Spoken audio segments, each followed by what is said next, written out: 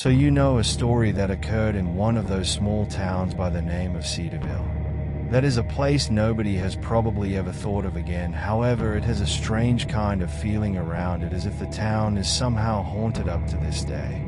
You see, outside Cedarville there was this ancient cornfield, an enormous field that had huge stalks that no one ever dared set foot into. People spoke of it, but not one dared to get close enough to tell. The story begins with the Thompson family. They moved years ago to Cedarville and wanted a fresh start. They bought a small farm next to this very cornfield. Everything was so normal. The Thompsons were a working-class family doing just about as anyone else did in this town. But then strange things began to happen. Subtle at first, it was just little things here and there. Mrs. Thompson, a kind lady who always had a smile that brightened up the room, started acting different. It was one of those cool autumn evenings when everything was changed. Mrs. Thompson left the house to go into the cornfield just at the setting of the sun.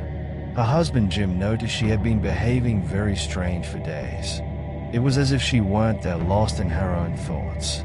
So Jim went looking for her. But when he got to the field, she was not around. He looked all night. No trace of her anywhere. But there was one thing. There was a trail of footprints leading into the cornfield. It was the only clue. Jim didn't waste any time. He called for help, and soon the whole town was out there searching for Mrs. Thompson. But after hours of combing through the field, no one found her. It was like she had vanished into thin air. Now that weeks have turned into days, Mrs. Thompson went missing, but that was when the whispers began to circle around. People who spent their time near the field started hearing weird things that emerged at night. They reported hearing voices, soft murmurs that seemed to recall their names. Others witnessed an erratic shadow crossing the corn. And yet the weirdest one, those who ventured forth trying to find answers never returned intact. They would return, but their stories would be wild tales. They would speak of shadows darting between the rows and figures that were not quite human. And the worst thing, they all said that the field was watching them. But it was not just Mrs. Thompson. No, something dark seemed to have claimed her. And that was what people feared. The whispers kept getting louder, and the figure moving in the field became clearer, pale, desperate eyes staring out from the corn. And then there were tales of those who went seeking her but got swallowed up by the field and never were seen again. Fast forward a few years, and the legend of the cornfield became something you just didn't talk about. Until one night a group of teenagers dared each other to go in. You know how it goes, right? They thought it was all just an old myth.